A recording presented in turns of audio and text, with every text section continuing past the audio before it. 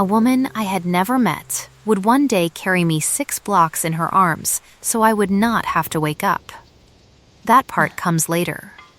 First, you have to understand how invisible I had become, because a person does not get carried past her own stop by a stranger unless she has already spent years teaching the world to walk right past her.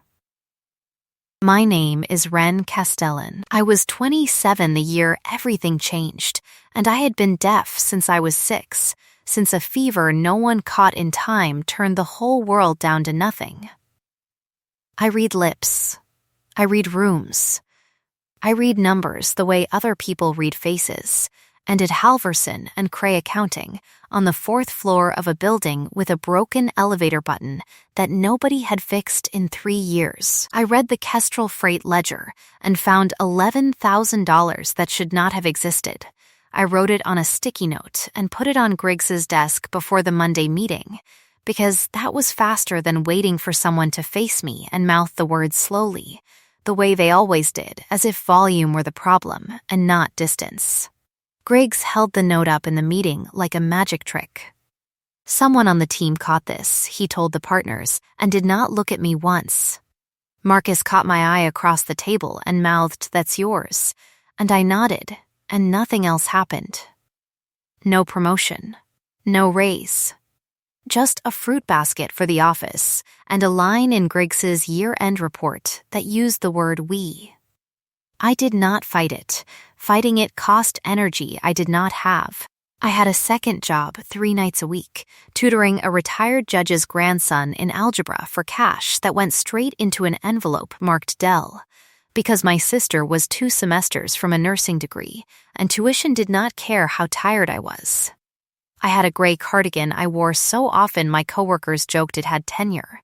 I had a small brass music box, my mother's, shaped like a wren with its wings folded shut, that I could not hear but could feel, a thin, stubborn vibration against my palm if I held it just right, the only lullaby I had left of her.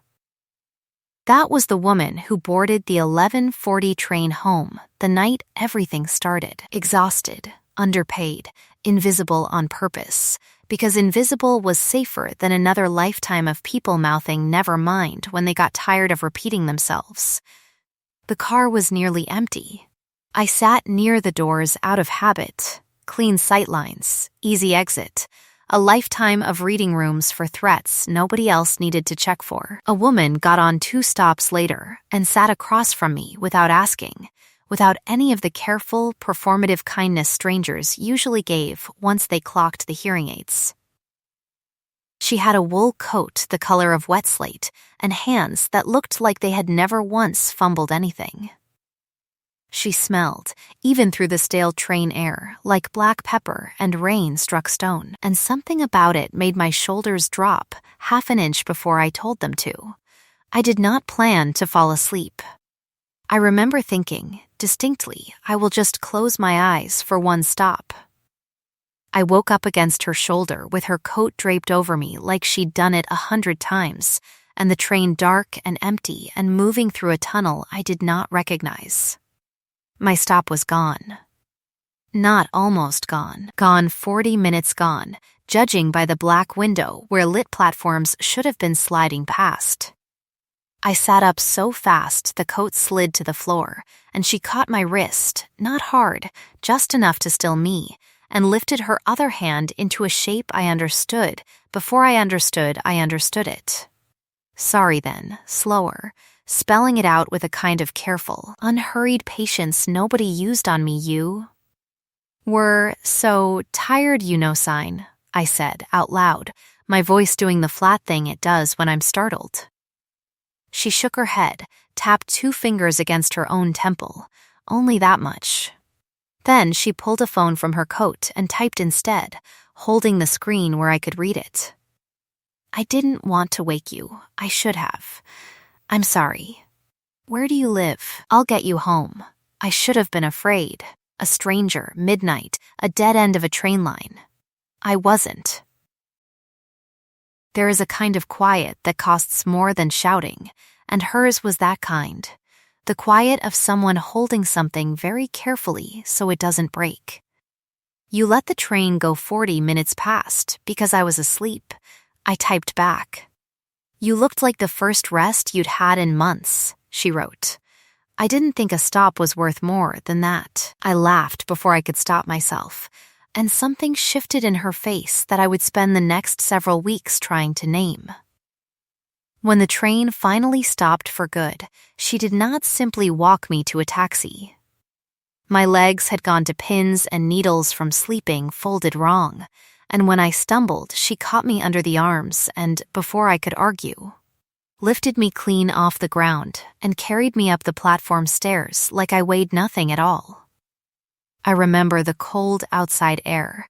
I remember the black pepper and stone smell filling my whole head.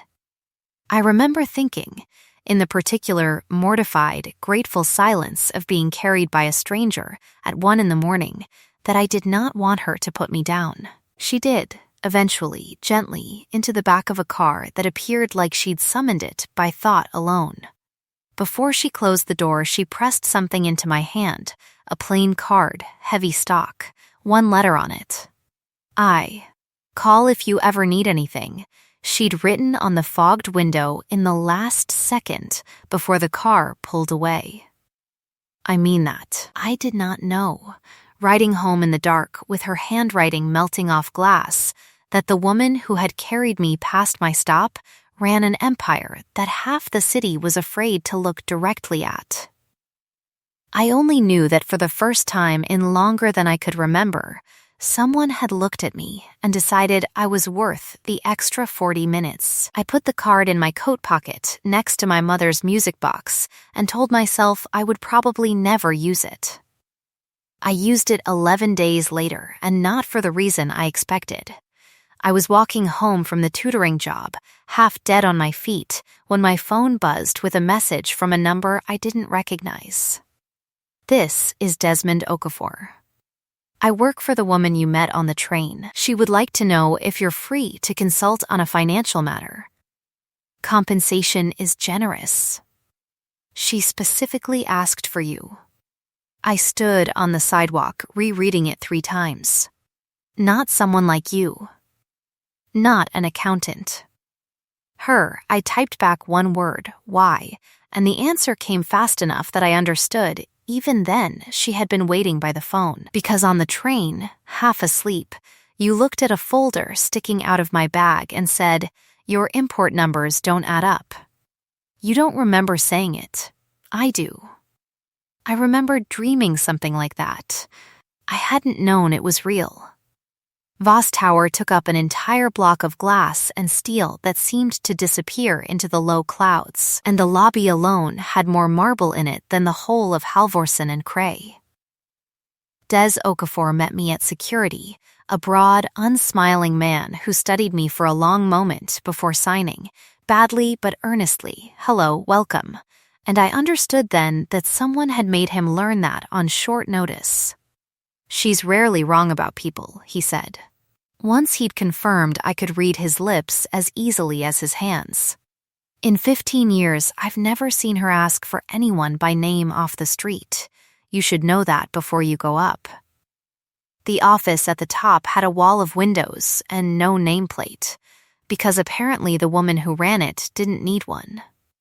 She rose when I walked in, and for 1 full second, neither of us said anything, because we were both recalculating who the other person was. "Ren Castellan," she said, and I read the shape of my name on her mouth like she'd practiced it. Imara Voss. I knew the name. Everyone in this city knew the name, the way you know the name of a storm that already happened somewhere else and left the roof off half the harbor. They called her the winter tide in the business papers, cold, exact, unstoppable, a woman who had inherited a shipping empire at 26 and doubled it by 30, who had never once been photographed smiling. I had sat across from that woman on a train and thought only she smells like rain. "You carried me off a train," I said, because apparently that was the sentence my mouth chose. "You caught something in my ledgers that 4 accountants missed," she said, and did not deny the train at all. I'd like to hire you to find the rest of it. I should say now that I took the job for the money, and that was true. Dell's tuition did not care that I'd just met the most feared woman in 3 shipping lanes. But I also took it because, for the first time in years, someone had looked past the hearing aids and the flat voice and seen the one thing about me that actually mattered, and I was not ready to let that go over something as small as fear. The friction started before I'd even signed anything. Voss Tower had captioning screens installed in the main conference room within 2 days of my first visit. Nobody asked me if I wanted them. They simply appeared. Quietly, the way Imara did most things.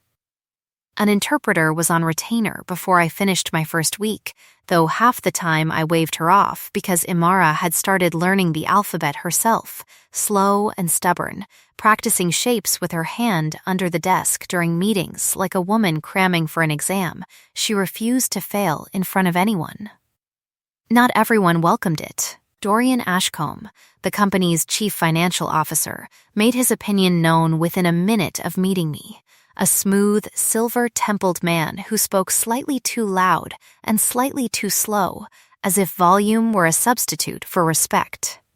"Forgive me," he said, hands spread, smile fixed. "But how exactly does someone who can't hear the meeting audit the meeting's numbers?" "The numbers don't talk, Mr. Ashcombe," I said. "I don't need them to." Imara didn't laugh.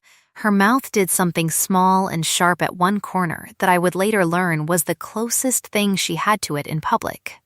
The wealth gap announced itself everywhere I looked, the elevator that required a separate key for the top 3 floors, the assistant who brought coffee in a cup that cost more than my rent, the way security straightened when Imara walked past like her attention was a kind of weather.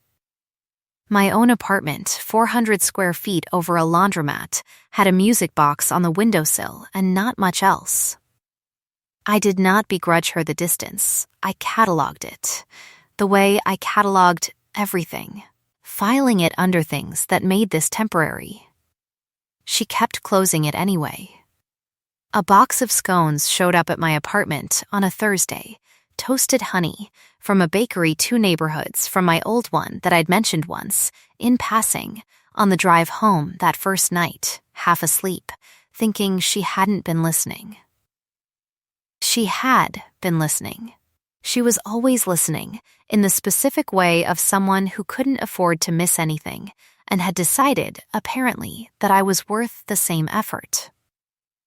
The first time she touched me on purpose was over a spreadsheet, 3 weeks in, at 11 at night, both of us bent over the same page. My finger slid down a column. Hers landed on top of it, still, warm, asking a question her mouth didn't bother with. I didn't move my hand. Neither did she. We stayed like that long enough that the numbers stopped mattering, and when she finally looked up, I watched her decide not to say the thing she was thinking and put it away for later like a woman with excellent discipline, and none at all. "There's a gala," she said instead. "End of the month. Investors, board members, people who will want to see the audit is being handled by someone competent, not someone I'm." She stopped. "Someone you're what?" "Come," she said, which was not an answer, and also was. I should have asked more questions about the gala before I agreed to attend it. I did not, because by then I had already stopped being able to say no to her, and some deep, exhausted, hopeful part of me had started wondering what it might feel like to be carried somewhere on purpose instead of by accident. I bought a dress with money I did not have, deep blue, nothing like my gray cardigan, and told myself it was for the job. The Voss Maritime Gala took over the top 3 floors of a hotel I'd only ever seen from the outside, and within 10 minutes of arriving, I understood 2 things at once. The first was that Imara Voss, in a room full of people who feared her, moved like weather nobody dared forecast, a hand on a shoulder here, 2 words there, and grown executives rearranged themselves accordingly. The second was that the gentle, patient stranger from the train had been real, and this, the winter tide, the epithet whispered behind champagne glasses. The woman half the harbor called her like a title, was also real, and I had somehow been carrying both of them around in my chest without knowing it. "You didn't tell me," I said, catching her elbow near the bar, "that you were this." "I told you my name," she said. "The rest is just noise other people make about me." I wanted to believe that. I might have if Dorian Ashcombe hadn't chosen that exact moment to arrive at my shoulder with 2 glasses of champagne and a smile built for cameras. "Ms. Castellan, enjoying the view from up here?" He glanced at Imara, then back to me, and something in his face sharpened. "It's remarkable, really. Barely a month on staff, and already at the CEO's elbow at a private gala. I do wonder what qualifies you for that particular seat." "The audit," I said. "Of course, the audit." He sipped his champagne. "Though I understand there's been some question about a data breach in the finance servers this week. Odd timing, don't you think? New hire, unusual access, sudden interest in the older shipping files." He let the words land soft and slow, the way he talked to me, as if I might need the extra time to catch the accusation. I caught it fine. Everyone around us caught it too. I watched 3 board members' faces do the arithmetic he wanted them to do. "I haven't touched the older shipping files," I said. "No?" He smiled wider. "Security logs say otherwise." Imara's stillness changed texture. I'd learned to read that difference the way I read a room. A held breath before a held breath. "Dorian," she said, low, level, the kind of quiet that made the whole conversation around us die. "If you have evidence, bring it to me privately. If you don't, you'll stop implying my consultant is a thief in front of my board." "Just raising a question, Imara." He held up both hands, all innocence, all silver charm. "Someone should, before the papers do." He walked away smiling, and I stood there in a dress I couldn't afford, in a room full of people who now looked at me like a problem instead of an asset, and understood, with the particular, cold clarity of someone who has spent her whole life being underestimated, that I had just been handed the opening act of a much bigger fight. "He's lying," I told Imara. "I know," she said, and put her hand at the small of my back, not for show, not for the room, just for me. "I believe you. That's not the same as this being over." It wasn't. 3 nights later, at 2:47 in the morning, someone broke the lock on my apartment door. I didn't hear it. I felt it, the vibration of the frame splintering, traveling up through the floor into the mattress, a sensation I'd learned young to trust more than any alarm. I was off the bed and behind it before the second man came through the doorway, phone already lit in my hand, one thumb hammering out Dez's number because Imara had made me save it the first week, in case, she'd said. In case of anything. They weren't subtle. They tore through drawers, dumped my files, and one of them found the folder of shipping documents I'd been reviewing at home and stuffed it under his arm like that had been the whole point. My hand, shaking, closed around my mother's music box on the nightstand, and I held it against my chest like it could stop a fist.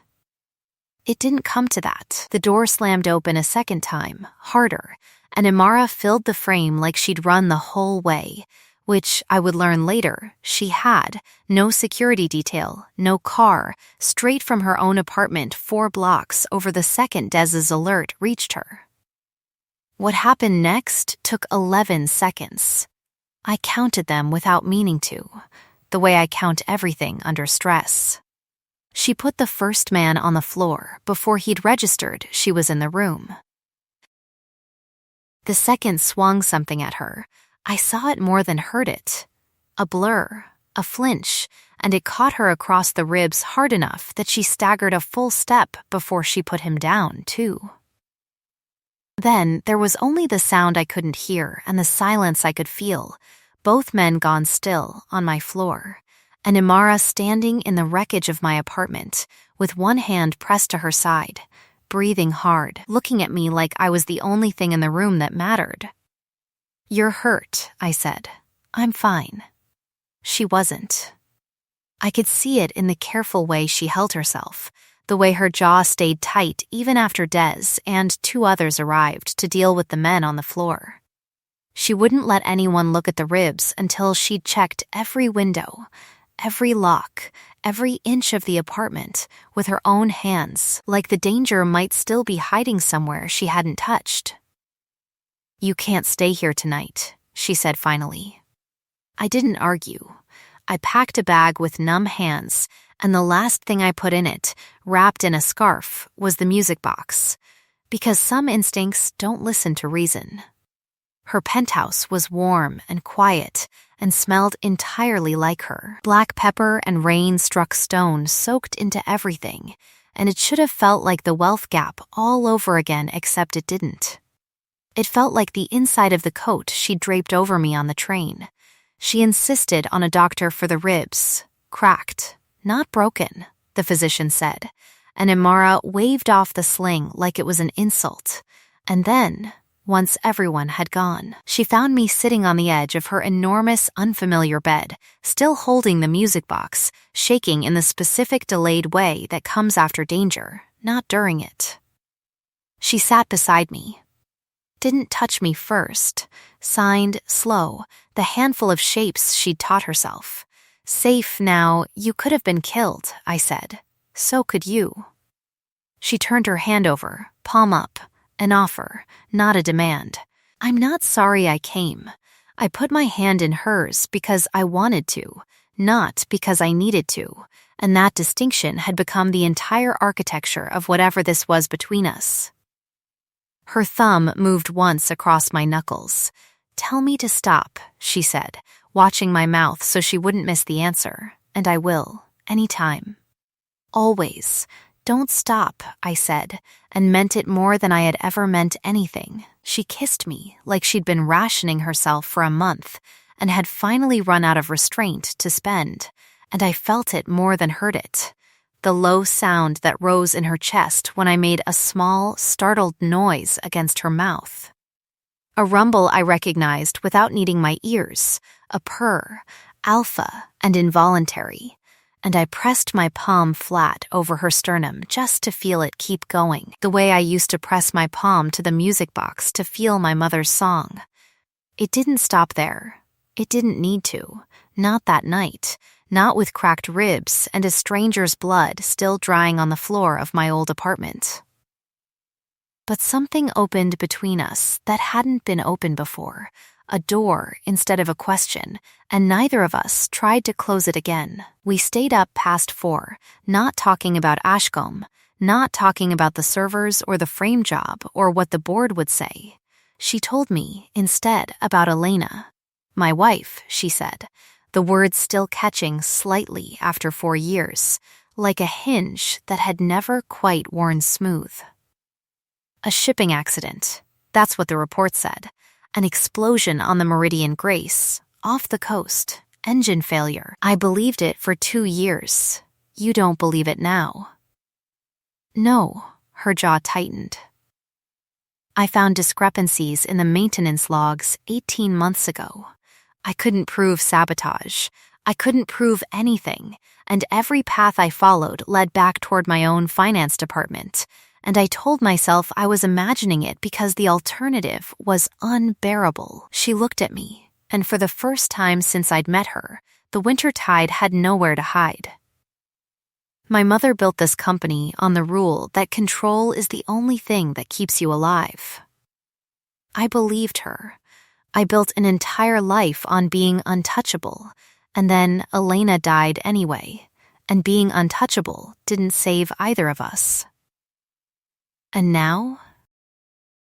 Now there's a deaf accountant in my bed who found in 3 weeks what I couldn't find in 4 years, she said, and it wasn't a joke, though her mouth tried to make it one. Now I think control was never the thing keeping me alive. I think it was just the thing keeping me alone. I told her about the fever, the silence that swallowed the world when I was 6, the years of being talked over, talked around, talked past. I told her about my mother, who learned sign in a single frantic year so I would never again be a stranger in my own house, and who died before I turned 20, leaving me nothing but a wren-shaped music box with a spring gone stiff, its song reduced to a stutter I could barely feel anymore. She took the box from the nightstand, turned it gently in her hands, and pressed her palm to the bottom exactly the way I did, feeling for whatever thin vibration was left. "I'll get this fixed," she said. "It's not that easy. The maker's shop closed years ago." "I didn't say it would be easy," she said. "I said I'd do it." I believed her. That should have told me something about how far gone I already was. 3 weeks of something like peace followed, which in hindsight should have worried me more than it did. Imara practiced sign every night until her fingers stopped fumbling. I taught her the sign for her own name, the letter I curved into a small, private gesture just for us, and she used it constantly, at dinner, in meetings. Once across a boardroom table that made 3 executives look at each other in open confusion. Des started leaving printed notes instead of texting me, out of some stubborn, gruff loyalty he'd never admit to. Priya, my one real friend outside the office, took one look at the security detail now parked outside my building and said, flatly, "You fell in love with the winter tide," and I didn't correct her, because I couldn't. Then, on a Tuesday, Griggs fired me over the phone, citing a conflict of professional interest that Ashcom's people had clearly fed him, and by Wednesday morning a headline had gone out under a byline I didn't recognize. Voss Harris's new companion, consultant, or con artist? The photo they used was from the gala. I looked young and unprepared and entirely out of my depth, and the article didn't once mention that I was the reason $11,000 of fraud had surfaced in the first place. It called me deaf like it was an accusation. It called me opportunistic, like disability and ambition couldn't coexist in the same sentence. Imara found me reading it in her kitchen, my hands too tight around my coffee cup. "I'll issue a statement," she said. "Will it undo 4 years of people deciding I'm less capable because I can't hear them?" I asked. "Because that's what this is, Imara. It's not really about the servers." Her jaw did the tight thing. "I know." "Do you?" I watched something flicker behind her eyes that I didn't like, a door starting to close instead of open.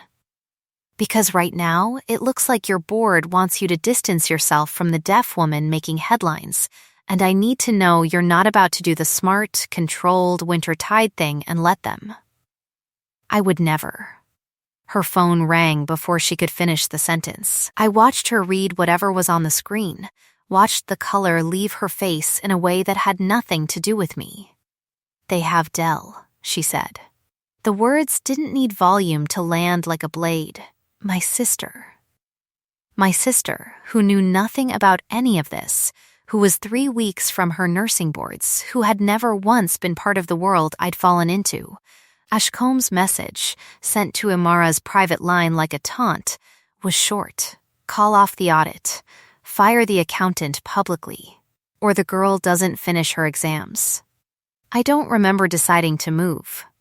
I remember being in the car, Imara's hand white-knuckled on the wheel, her mouth forming words too fast for me to catch until she made herself slow down. "I have people finding her. I have people finding her right now." "You have to let me help," I said. I found the discrepancy in the first place.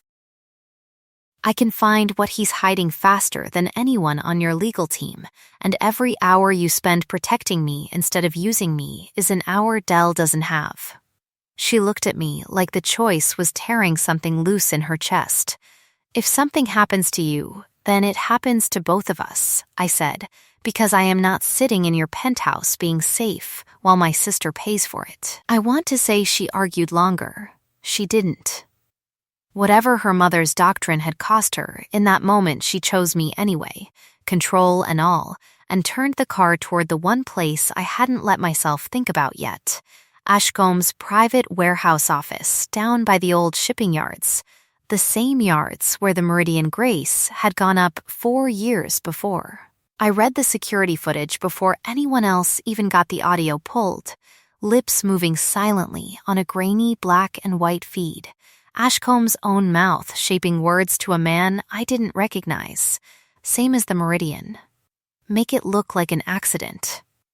I mouthed the words back to Amara in the dark of the surveillance van, and I watched 4 years of doubt collapse into certainty on her face all at once. He killed her, Amara said.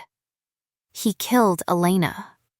And he's about to try it again, I said, unless we get there first. We found Dell in a locked storage room on the 2nd floor, terrified but unhurt, and I will not pretend the next several minutes were calm. Ashcombe had 3 men and a gun and a very bad idea of how this ended. What he hadn't planned for was Amara Voss walking through his warehouse door without a shred of the careful control she'd spent 4 years perfecting, or a deaf accountant standing behind her with a tablet full of financial records that traced every offshore account back to his name. It's over, Dorian, Amara said. I have the maintenance logs. I have the shell companies. I have a recording of you giving the order that killed my wife. You have nothing that will hold up, he said, but his voice had lost its silver polish. You have a company that can't survive the scandal of its own CEO's incompetence. I have a company, Amara said, low, terrible, stepping toward him, that is about to survive very well without you in it. I saw where this was going before she did, the particular stillness in her hands, the coldest version of the winter tide finally let off its leash, 4 years of grief, with nothing left to spend it on but him. I caught her wrist the way she'd once caught mine on a train. Don't, I said. Not like this. Let the evidence bury him. Let him rot in a courtroom knowing you didn't have to become him to win. She stopped. Her whole body stopped, like a held breath finally let go, and when Ashcombe's man made the mistake of raising his gun anyway, it was Amara who moved between us, the bullet grazing her shoulder instead of finding me, and Dez's people flooding through the door half a second later to finish what the 2 of us had already won. The trial took 4 months, and I will spare the transcript because the details matter less than the outcome. Dorian Ashcombe was convicted of embezzlement, corporate sabotage, and the murder of Elena Voss. The recording I'd read off his own mouth entered into evidence exactly as I'd copied it down. Griggs, questioned in the resulting audit for his years of quietly taking credit for work that wasn't his, lost his partnership and, eventually, his license after 2 other employees came forward once they saw someone had finally been believed. The press conference where Amara laid out the full evidence, live, in front of the same board that had once been ready to cut me loose, was the first time I stood beside her in public and felt no need to make myself smaller. I wore the deep blue dress again, on purpose this time, and when a reporter asked how a deaf consultant had managed to crack a 4-year murder investigation the company's own security team had missed, I answered before Amara could. I didn't miss anything, I said. I just wasn't listening for the wrong things. That night, in the quiet after the cameras and the questions, Amara knelt in front of me on the same penthouse floor where she'd once fixed the lock on my old apartment door in her head before she'd even finished checking it, and asked me, in halting, careful sign she'd built word by word for exactly this moment, if I would let her claim me. Ask me properly, I said, laughing through it, because some part of me needed to hear, to feel, her say it too. Ren Castellan, she said, aloud and in sign together, will you let me mark you as mine, not because I need to, because I want the whole world, hearing or not, to know exactly who you belong to, and exactly who belongs to you. Yes, I said. Ask with your hands too. She did, the sign for yours, made slow and sure against my collarbone, and when she asked, one more time tell me to stop and I will, I told her not to, and this time nothing outside that room mattered at all. The bite, when it came, was gentle and certain, her mouth at the gland where my neck met my shoulder, and I felt the bond settle into me like a low, constant hum I would never once need my ears to hear. We were bonded on a Tuesday in July and married properly 6 months later in a small chapel with a captioning screen nobody thought twice about, Priya crying loudly enough that even I caught some of it through the floor. Des standing up as Imara's witness and signing. With real fluency now, I have never once seen her wait for anyone. She waited for you. Dell walked me down the aisle in her new nursing whites because she'd finished her boards after all, because nothing Eshkam threatened had cost her the one thing she'd worked for. A year on, the music box sits on the windowsill of the home we share above the harbor, restored. Imara had tracked down the maker's granddaughter in another city entirely, had the mechanism rebuilt by hand, and the first time I felt it hum fully alive again under my palm, I cried in a way I hadn't since my mother died. I still can't hear the song it plays. I don't need to. I feel it the way I feel Imara purr against my ear on quiet mornings, the way I felt her carry me 6 blocks so I wouldn't have to wake. The way I have learned to feel every good thing that has ever mattered in my life. She still keeps that promise from the train, the one she wrote on fogged glass before I even had a name for what she was to me. She says it now in sign, some mornings, just to watch my face do the thing it does. I told you once I'd never let you miss your stop. I meant every place after that one too. Some people spend their whole lives being told they're too much work to fully understand. I spent mine believing it, until a woman with rain in her voice and pepper on her collar decided I was worth the extra 40 minutes, and then worth a whole lifetime more. Being unseen never made me small. It only meant no one had looked long enough to notice I was worth carrying. The end.